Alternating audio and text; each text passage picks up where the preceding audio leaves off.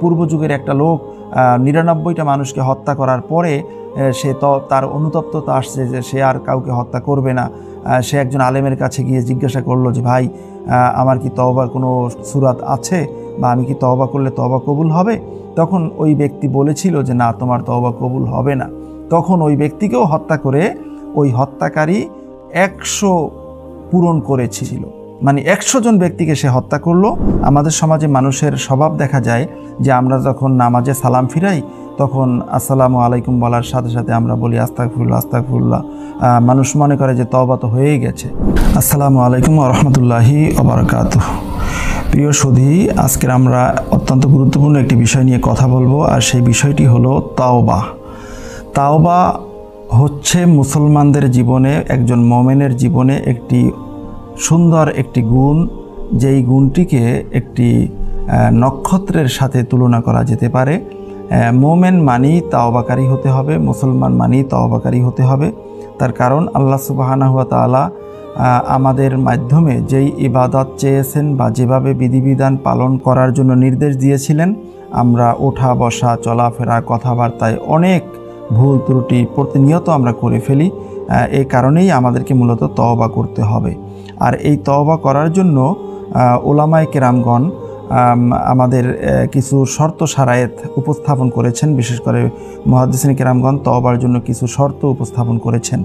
আমাদের সমাজে মানুষের স্বভাব দেখা যায় যে আমরা যখন নামাজে সালাম ফিরাই তখন আসসালামু আলাইকুম বলার সাথে সাথে আমরা বলি আস্তাগফিরুল্লাহ আস্তাগফিরুল্লাহ। মানুষ মনে করে যে তওবা তো হয়েই গেছে। আসলে মূলত এটা তওবার উচ্চারণ ঠিক আছে, কিন্তু তওবা কবুল হওয়ার জন্য এবং যেই তওবা আমাকে অন্যায় থেকে বিরত রাখবে, এই তওবার জন্য কিছু শর্ত শারায়েত রয়েছে। যেমন মুহাদ্দিসিন কিরামগণ বলেছেন যে তওবার জন্য ফালাহা সালাসাতু শুরুতিন, তওবার জন্য রয়েছে মোট 3টি শর্ত। 1 নম্বর শর্ত হলো আইয়ুক লিয়া আনিল মাসিয়া, বান্দা সবসময় গুনাহ থেকে নিজেকে চিরস্থায়ীভাবে বিরত রাখবে। এবং 2 নাম্বার সেটা হলো আইয়ানদুমা আলা ফেলিহা, সে যে পিছনে গুনাহের কাজ করছে সেই গুনাহের জন্য অনুতপ্ত হতে হবে।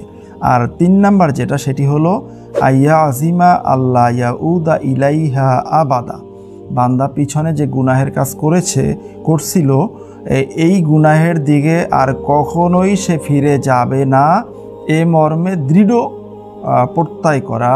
প্রতিজ্ঞা করা যে আমি কখনোই আর এই গুনাহের দিকে ধাবিত হব না। এই 3 শর্ত সাপেক্ষে যদি কোনো বান্দা তওবা করে তাহলেই আল্লাহ সুবহানাহু ওয়া তাআলা তার তওবা কবুল করবেন। মুহাদ্দিসিন কিরামগণ আবার বলেছেন যে এই 3টি শর্ত হলো আল্লাহ এবং বান্দা, এই দুইয়ের মাঝে জড়িত যে হকগুলো রয়েছে। বান্দা আল্লাহ তাআলার যতগুলো হক নষ্ট করছে সেই ক্ষেত্রে আল্লাহর হক যা আমরা নষ্ট করছি এই ক্ষেত্রে যদি তওবা করতে হয় তখনই হলো এই 3টা শর্ত। আর যদি হকটা হয় বান্দার ক্ষেত্রে, যে এক বান্দা আরেক বান্দার হক নষ্ট করছে, তাহলে ওই ক্ষেত্রে আরেকটা বেশি শর্ত। এই 3 শর্তের সাথে সাথে পাশাপাশি আরেকটি শর্ত, সেটি হলো অরদ্দাহু ইলাইহি, বান্দার যতটুকু পরিমাণ হক নষ্ট করা হয়েছে ততটুকু পরিমাণ হক তার কাছে ফেরত দিতে হবে। তাহলে এই ক্ষেত্রে কিন্তু আমাদের সমাজে দেখা যায় যে মানুষ আজীবন সুদ ঘুষের ব্যবসা বাণিজ্য করছে, লেনদেন করছে, বা দোকানদারি করে মানুষকে ঠকাইছে, বিরুদ্ধ অবস্থায় তওবা করে একেবারে মনে করে যে বড় হাজী সাহেব হয়ে গেছে। আসলে ব্যাপারটা কিন্তু এরকম নয়। যার হক নষ্ট করা হয়েছে ওই হকটা ফেরত দিতে হবে।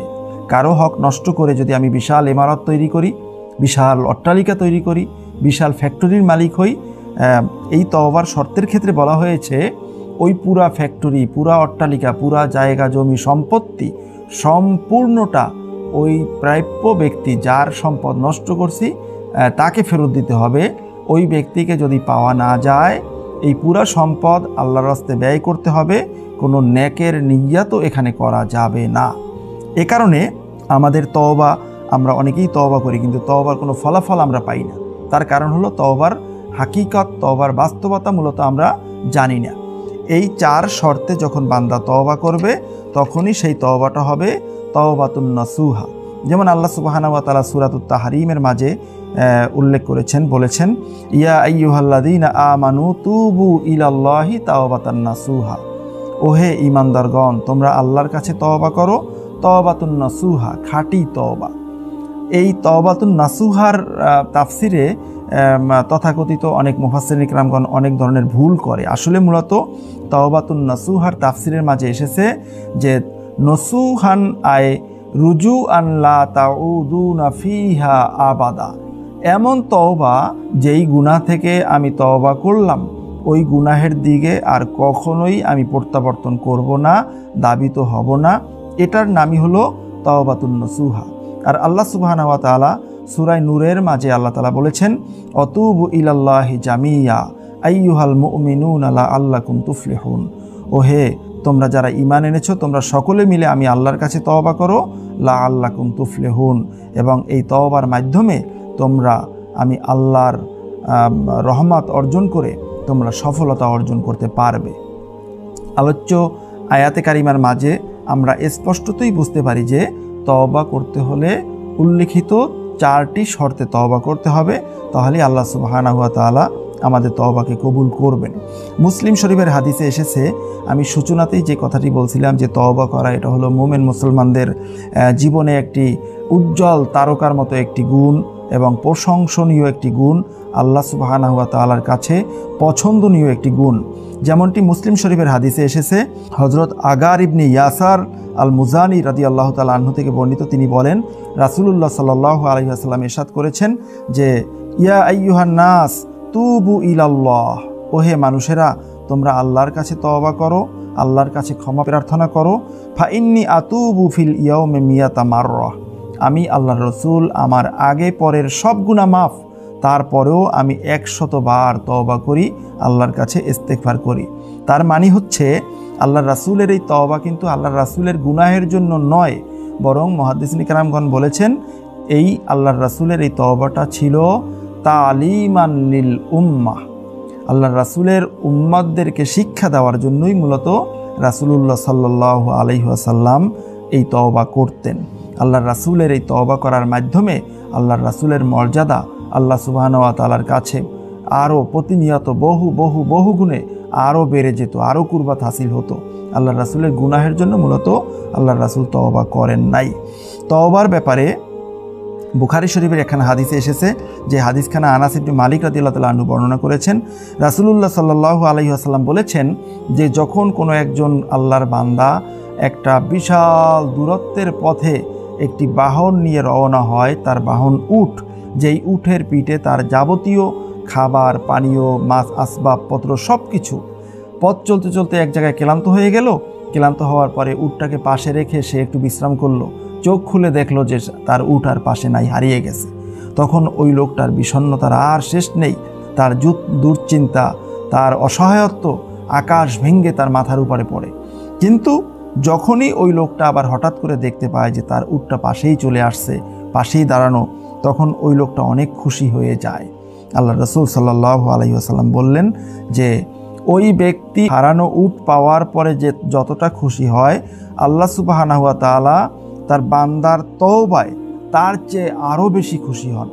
তাহলে বুঝে গেল আল্লাহ সুবহানাহু ওয়া তাআলা মূলত তওবাটাকেই পছন্দ করেন। মুসলিম শরীফের হাদিসে এসেছে, রাসূলুল্লাহ সাল্লাল্লাহু আলাইহি ওয়াসাল্লাম ইরশাদ করেছেন যে তওবার দরজা আল্লাহ তাআলা খোলা রাখবেন যতদিন পর্যন্ত সূর্য পশ্চিম আকাশ থেকে উদিত না হবে। আমরা জানি সূর্য উদিত হয় পূর্ব আকাশ থেকে, কিন্তু কিয়ামতের পূর্ব মুহূর্তে মিন মাগরিবিহা, পশ্চিম আকাশ থেকে সূর্য যেখানে অস্তমিত হয় ওই জায়গা থেকেই আবার উদিত হবে। ওই উদিত হওয়ার পূর্ব পর্যন্ত বান্দার তওবার দরজা খোলা থাকবে। বান্দা যখন তওবা করবে আল্লাহ সুবহানাহু ওয়া তাআলা তখনই তার তওবাকে কবুল করে নেবেন। এমনকি আমরা বুখারী শরীফের আরেকটি বর্ণনায় আমরা পাই, হযরত আবু সাঈদ ইবনে মালিক ইবনে সিনান আল খুদরি রাদিয়াল্লাহু তাআলা আনহু থেকে বর্ণিত, তিনি বলেন রাসূলুল্লাহ সাল্লাল্লাহু আলাইহি ওয়াসাল্লাম বলেছেন যে পূর্ব যুগের একটা লোক 99টা মানুষকে হত্যা করার পরে সে তার অনুতপ্ততা আসছে যে সে আর কাউকে হত্যা করবে না। সে একজন আলেমের কাছে গিয়ে জিজ্ঞাসা করলো যে ভাই, আমার কি তওবার কোনো সূরাত আছে, বা আমি কি তওবা করলে তওবা কবুল হবে? তখন ওই ব্যক্তি বলেছিল যে না, তোমার তওবা কবুল হবে না। তখন ওই ব্যক্তিকেও হত্যা করে ওই হত্যাকারী 100 পূরণ করেছিল, মানে 100 জন ব্যক্তিকে সে হত্যা করলো। পথিমধ্যে তার মালাকুল মাউত আসলো, তার মৃত্যু হলো, তখন রহমতের ফেরেশতা আসলো এবং গজবের ফেরেশতা আসলো। আল্লাহ সুবহানাহু ওয়া তাআলা এই ব্যক্তির এই তওবার নিয়তকে দেখে মনের ভিতরে কি আছে, আল্লাহ তাআলা সন্তুষ্টির জন্য সে তওবা করতে গিয়েছিল, আল্লাহ তাআলাকে সে চায়, সে গুনাহ থেকে ফিরে আসতে চায়, মনের এই ব্যাপারটা দেখে আল্লাহ সুবহানাহু ওয়া তাআলা ওই সময়ে জায়গা পরিমাপ করে যেই দিকে সে যাবে ওই জায়গাটা কমিয়ে আল্লাহ সুবহানাহু ওয়া তাআলা ওই ব্যক্তিকেও মূলত নাজাতের ব্যবস্থা করেছিলেন। হাদিস অনেক বড় হাদিস, আমি ভাবার্থটা সারমর্মটা আমি আপনাদের খেদমতে উল্লেখ করলাম। তাহলে এই বর্ণনাগুলোর মাধ্যমে আমরা বুঝতে পারি যে তওবা এটা খুবই গুরুত্বপূর্ণ একটা বিষয়। মোমেনদের উচিত প্রত্যেক মুহূর্তে তওবার মানসিকতা রাখা, তওবা করা এবং নিজেকে চেক দিয়ে রাখা, যাতে করে এমন কোনো অপরাধ সংগঠিত না হয় যে অপরাধ নিয়ে পরকালে পুনরুত্থান হলে আল্লাহ সুবহানাহু ওয়া তাআলার সামনে লজ্জা পেতে হবে। আল্লাহ সুবহানাহু ওয়া তাআলার কাছে আমরা এই আরজি কামনা করছি, আল্লাহ সুবহানাহু ওয়া তাআলা যাতে আমাদের সকলকে তওবাকারী হিসাবে কবুল করেন এবং প্রতিনিয়ত তওবা করার, ইস্তেগফার করার তৌফিক দান করেন। পরকালে যেন গুনাহমুক্ত হয়ে আল্লাহ তাআলা আমাদেরকে উঠার তৌফিক দান করেন। আমিন। আসসালামু আলাইকুম ওয়া রাহমাতুল্লাহি ওয়া বারাকাতুহু।